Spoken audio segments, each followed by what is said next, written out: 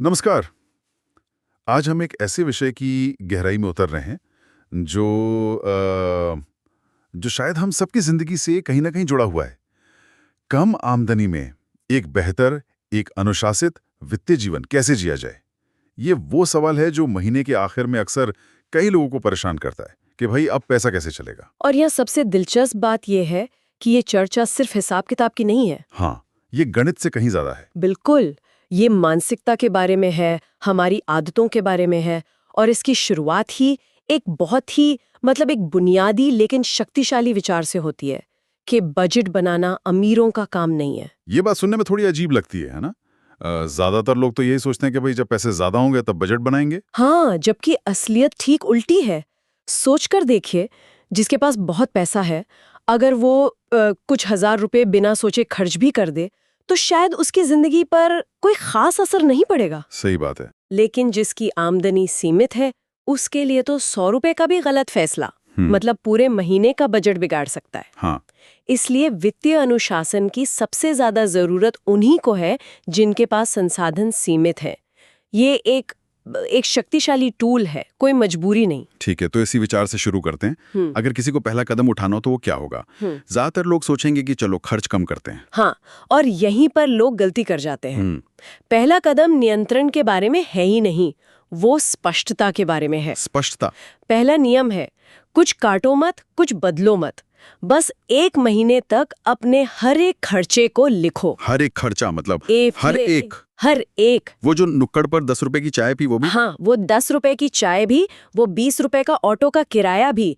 हर एक रुपया जो जेब से निकल रहा है, उसे बस एक डायरी में या फोन के नोट्स में लिखते जाइए। इसका मकसद क्या है?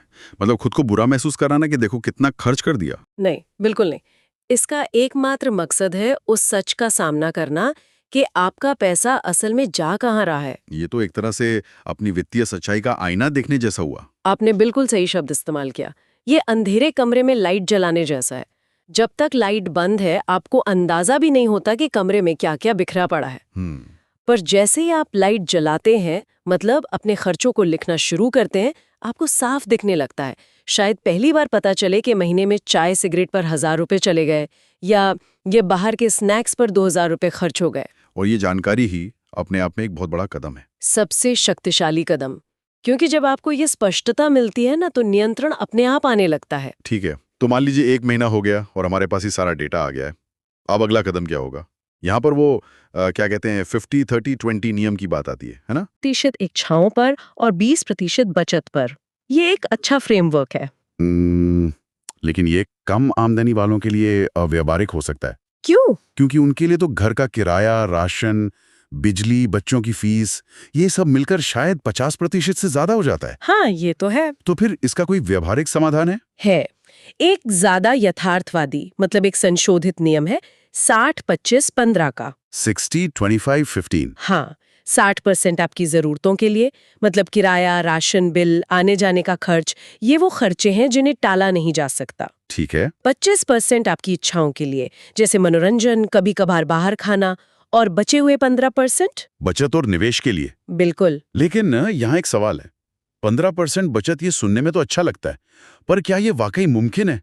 जो पहले से ही मुश्किल से गुजारा कर रहे हैं, उनके लिए तो 15% भी बहुत ज्यादा हो सकता है। ये बहुत ही जायज सवाल है, और यहीं पर इस पूरी सोच का सबसे जरूरी हिस्सा आता है। यहाँ जोर वो 15% के आंकड़े पर नहीं है। तो फिर किस पर है? जोर है बचत की आदत डालने पर।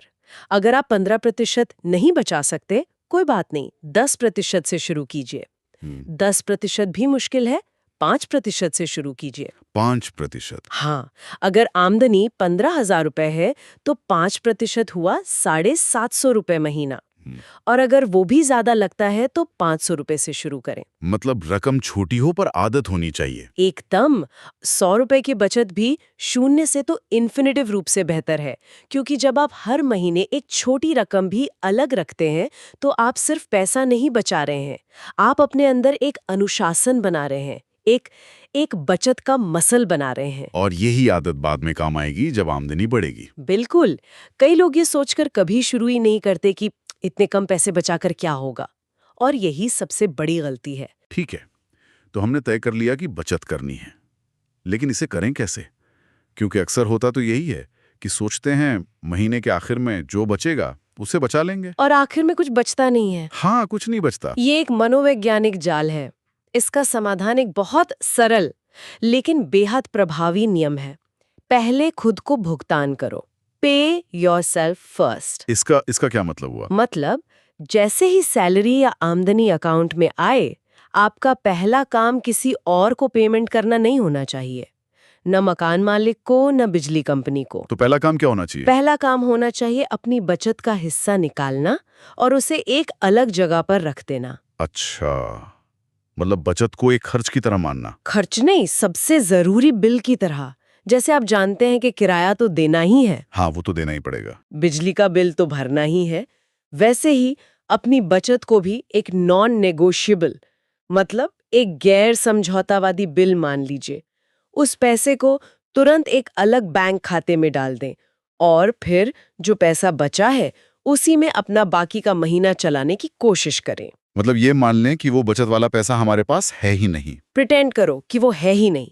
ये खुद को एक सिस्टम में बांधना है ताकि इच्छा शक्ति पर निर्भर ना रहना पड़े। सही बात है, इच्छा शक्ति तो दिन भर में खत्म हो जाती है। एकदम। लेकिन एक सिस्टम हमेशा काम करता है। जब आप बचत को ऑटोमेट कर देते हैं तो आप खुद को रोज रोज के प्रलोभनों से बचा लेते हैं। ठीक है, बचत की आदत बन गई, लेकिन फिर एक और जाल आता है, वो है लाइफस्टाइल इन्फ्लेशन। हाँ, जीवन शैली की महंगाई। ये एक बहुत ही सूक्ष्म लेकिन शक्तिशाली जाल है। कैसे? मान लीजिए आपकी तनख्वाह 5,000 रुपए बढ़ गई। स्वाभाविक रूप से क्या मन करेगा? शायद एक बेहतर फोन ले लें या बाहर खाना थोड़ा ज्यादा शुरू कर दें। बिल्कुल। और होता ये है कि आमदनी बढ़ने के बावजूद आप पर वित्तीय दबाव उतना ही रहता है या शायद और बढ़ जाता है। आप कभी भी उस चूहे की दौड़ से बाहर ही नहीं निकल पाते। और इसमें वो सामाजिक दबाव का भी तो बहुत बड़ा हाथ होता है। दोस्त नए गैजेट ले रहे हैं, महंगी जगहों पर जा रहे हैं। बिल्कुल। और यहाँ पर एक बहुत मजबूत मानसिकता अपनाने की जरूरत है। एक बहुत अच्छी बात जो हमें इस रिसर्च में मिली वो ये है, कम आय में साधारण जीवन शैली आपकी कमजोरी नहीं बल्कि आपकी सबसे बड़ी ताकत होती है। वाह, ये तो पूरे नजरिए को ही पलट देता है। हाँ, ये शर्म को ताकत में बदल देता है। ये कहता है कि अपनी वित्तीय सीमाओं में रहना, सोच समझकर खर्च करना और दिखावे से दूर रहना ये कमजोरी नहीं है, ये अनुशासन, बुद्धिमत्ता और दूरदृष्टि का संकेत है। मतलब ये सादगी एक मजबूरी नहीं, एक रणनीतिक चुनाव है। अपनी वित्तीय आजादी के लिए एक रणनीतिक चुनाव। जब आप इस ताकत को समझ जाते हैं तो सामाजिक दबाव आप पर असर करना बंद कर देता है। यादें तो बहुत अच्छी हैं, लेकिन जिंदगी में अचानक खर्चे भी तो आ जाते हैं।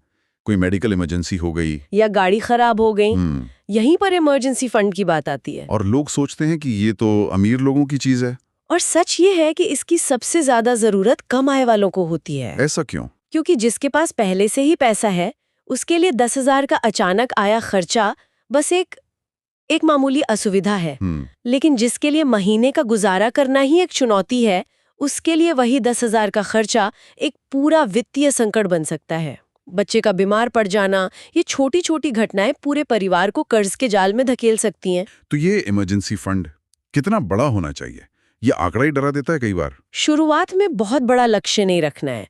पहला लक्ष्य हो सकता है सिर्फ 5,000 से 10,000 रुपए का एक छोटा सा फंड बनाना। बस 5 से 10,000? हाँ, इसे बनाने में 3 महीने लगें या 6 महीने, कोई बात नहीं।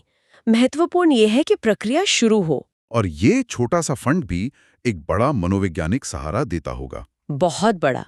ये फंड आपको वो घबराहट में लिए गए फैसलों से बचाता है।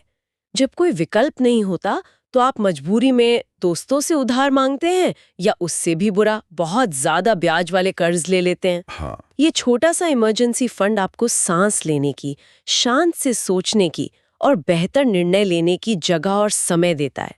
ये सिर्फ पैसा नहीं है, ये मानसिक शांति है। तो अब तक हमने जो भी बात की है, खर्चों को लिखना, नियम बनाना, बचत, इमरजेंसी फंड, ये सब एक मजबूत रक्षा कवच बनाने जैसा है। लेकिन क्या ये सब सिर्फ बचाव के बारे में ही है? नहीं। और यहीं पर ये पूरी चर्चा एक नए स्तर पर पहुंचती है। ये सब कुछ एक मजबूत नींव बनाने के बारे में है। और जब नींव मजबूत हो तभी तो आप उस पर कुछ बना सकते हैं। अच्छा। अंतिम और सबसे महत्वपूर्ण नियम है, सिर्फ अपने खर्चों को नियंत्रित मत करो, अपनी कीमत बढ़ाओ। अपनी कीमत बढ़ाओ? इसका क्या मतलब है? इसका मतलब है अपनी आमदनी बढ़ाने के रास्ते खोजना। वित्तीय अनुशासन आपको सिर्फ जीवित रहने में मदद नहीं करता, ये आपको वो मानसिक और वित्तीय स्पेस देता है जिससे आप अपने भविष्य में निवेश कर सकें। जब आप हर समय पैसे के तनाव में नहीं रहते। हाँ, तब आपके पास सोचने की ऊर्जा होती है। आप इंटरनेट पर कोई फ्री कोर्स करके कोई नया स्किल सीख सकते हैं, जैसे बेसिक ग्राफिक डिजाइनिंग, या अपने मौजूदा काम में ही और बेहतर होकर प्रमोशन की कोशिश कर सकते हैं। बिल्कुल, या अपनी किसी हॉबी को एक छोटी साइड इनकम में बदलने का रास्ता खोज सकते हैं। मुद्दा ये है कि आज का अनुशासन कल के अवसरों के दरवाजे खोलता है। यह एक दीर्घकालीन सोच है। हाँ, ये इस विचार को चुनौती देती है कि आपकी आज की आमदनी ही आपकी नियति है। ये आपको एक स्थिर आधार देता है जिस पर आप अपनी आय बढ़ाने के लिए निर्माण कर सकते हैं। ये आपको सिर्फ समस्याओं का सामना करने वाले से आगे बढ़ाकर समाधान बनाने वाला बनाता है। तो आज हमने कम आय में वित्तीय प्रबंधन के लिए एक बहुत ही एक व्यवहारिक रोड मैप को समझा।